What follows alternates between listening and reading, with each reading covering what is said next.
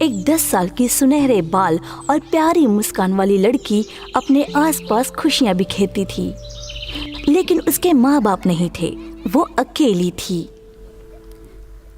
इसलिए उसे अनाथालय ले जाया गया। यही अनाथालय उसका इकलौता घर था।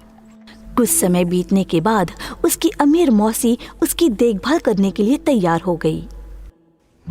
पॉलियाना ये देखकर आश्चर्यचकित थी कि उसका नया घर छोटा सा नहीं बल्कि एक बड़ी हवेली थी। नैन्सी, इस लड़की का सामान ऊपर अटारी में डाल दो। मुझे घर लाने के लिए शुक्रिया।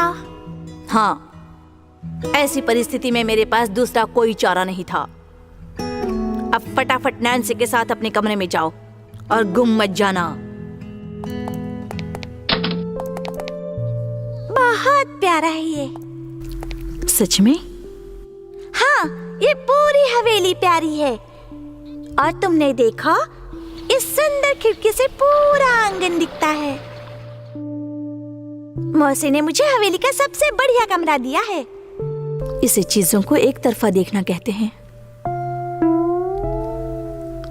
यहाँ करने के लिए कुछ ज्यादा नहीं है, सिवाय तुम्हारी मौसी के रास्ते में ना आने के।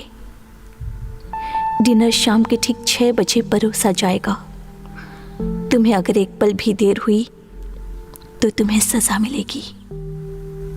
समझ गई तुम? जी ma'am. Thank you ma'am.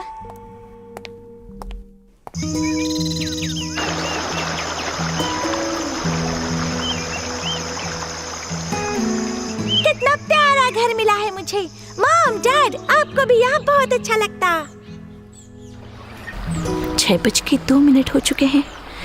Pollyanna, कहाँ हो तुम? Pollyanna, Pollyanna.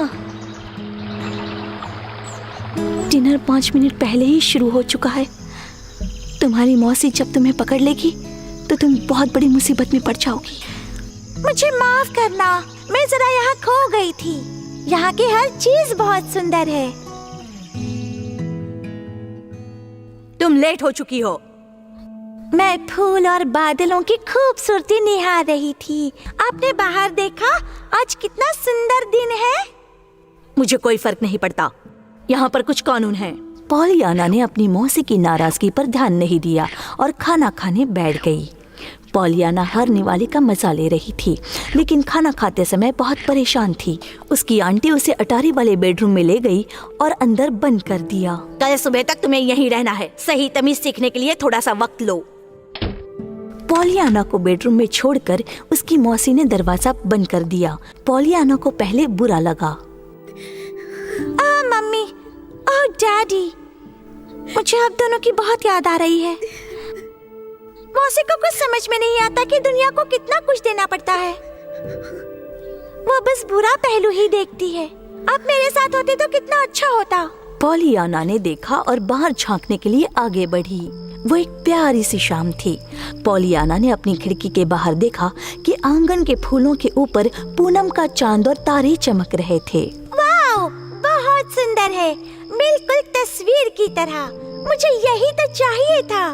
Thank you mom, thank you dad. भले मैं मेरे कमरे में कैद हूँ, फिर भी मैं रात के आसमान को सराह सकती हूँ, जो शायद मैं कभी नहीं कर पाती। सच में, मैं मौसी को ये दिखाने की कोशिश करूंगी कि जिंदगी में अच्छी चीजों की तारीफ करना और खुश रहना बुरा नहीं होता। मैं उसे दिखाऊंगी कि खुशियाँ क्या होती हैं। अगली सुबह आखिरकार नैन्सी ने पॉलियाना का कमरा खोल दिया। वो दोनों कुछ सामान लाने के लिए गांव में गईं। पॉलियाना दुकानों को देखकर और लोगों को इशारे से हेलो कह के खुश हो रही थी, लेकिन विशेष रूप से एक व्यक्ति ऐसा था जो उसके लिए सबसे खास था। वो सड़क पर खड़ा था, चिल्ला रहा था और किसी से कुछ नहीं कह रहा था। पॉलियाना ने उससे जोर से कहा, मैं पॉलियाना हूँ, आपका नाम क्या है? Mister Pendleton. आपसे मिलकर बहुत खुशी हुई मिस्टर पेंडल्टन। शॉपिंग करने के लिए ये बड़ा प्यारा दिन है ना? बिल्कुल। पॉलियाना, इन्हें अकेला छोड़ दो। हमें माफ करना सर। हम फिर से मिलेंगे मिस्टर पेंडल्टन। वो दुकान की तरफ गए। खिलौने की दुकान के बाहर पॉलियाना जिमी से मिली। वो एक छोटा सा लड़का था। उसने अपने बॉल के साथ पॉलियाना को खेलने दिया, फिर वो तुरंत दोस्त बन गए। नैन्सी के साथ वापस जाते समय पॉलियाना ने एक छोटा सा बिल्ली का बच्चा देखा। वो निराश और अकेला लग रहा था, तो उसने उसे ऊपर उठा लिया। मुझे लगता है इस छोटे से बिल्ली के बच्चे को घर चाहिए।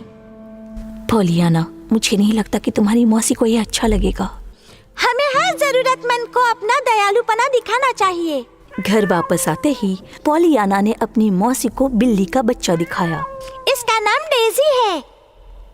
हम आवारा जानवरों को ऐसे घर में नहीं लेते, बेहुदापन है ये। लेकिन वो अकेली और भूखी है। मैं इसे अटारी में डाल दूंगी, फिर वो खिड़की से बाहर पंछी देख सकेगी और सूरज की रोशनी भी ले सकेगी। आपको पता भी नहीं लगेगा कि वो यहाँ है। हर हफ्ते नैन्सी पॉलियाना को साथ लेकर गांव में खरीदारी के लिए जाती थी। वो जितनी बार हो सके जिमी के साथ खेला करती थी। पॉलियाना ने पहली बार खुशियों का खेल जिमी को सिखाया। खुशियों का खेल बहुत आसान है। तुम किस कारण दुखी हो? मेरी माँ ने इस हफ्ते रोज रात को एक जैसा खाना पकाया। मैं इसलिए दुखी हूँ कि हम कुछ नया खा भी नहीं सकते। ये इस तरह से खेलते हैं। थोड़ा समय लो और इससे भी बदतर किसी भी चीज की कल्पना करो। जैसे बिल्कुल खाना ना मिलना। हाँ बिल्कुल। सोचो कि तुम्हारे पास खाने को कुछ नहीं है। भले एक जैसा खाना है, लेकिन तुम्हें खाने को तो कुछ मिल रहा है ना। तुम भूखे तो नहीं हो ना?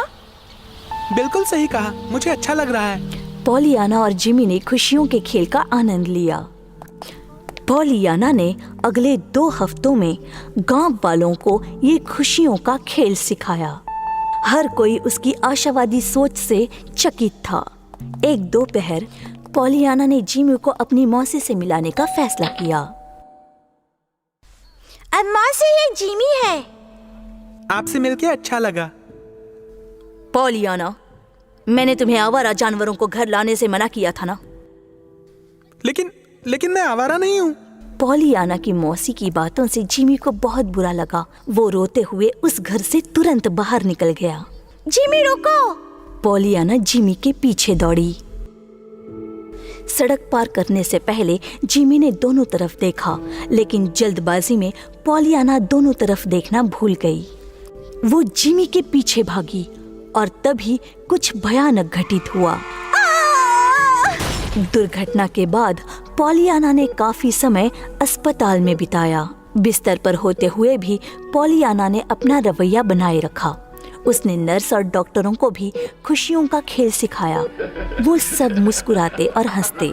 बस उसकी मौसी ही एक थी जिसे ये खेल खेलना नहीं आता था। पॉलियाना, तुम ये खुशियों वाला रवैया कैसे बनाए रखती हो? तो खुशियों का खेल है। मैंने इसके बारे में कभी नहीं सुना। मैं आपको सिखा सकता हूँ। मिस्टर पेंडल्टन ने पॉलियाना की दुर्घटना के बारे में सुना और जितनी जल्दी हो सके उतना जल्दी वो अस्पताल आए। तकरीबन 2 हफ्तों से ज्यादा वो पॉलियाना के पास ही उसकी मौसी और नैन्सी के साथ बैठे रहे। वो और पॉलियाना हर बात पर चर्चा करते थे और अच्छे दोस्त बन गए थे। एक दिन उन्होंने पॉलियाना को एक रहस्य बताया। मैं तुम्हारी माँ को जानता था। सच में? हाँ, मुझे तुम में वही नजर आती है। ये तो बहुत अच्छी बात है। मेरे पास मेरी जरूरत से ज्यादा पैसा है।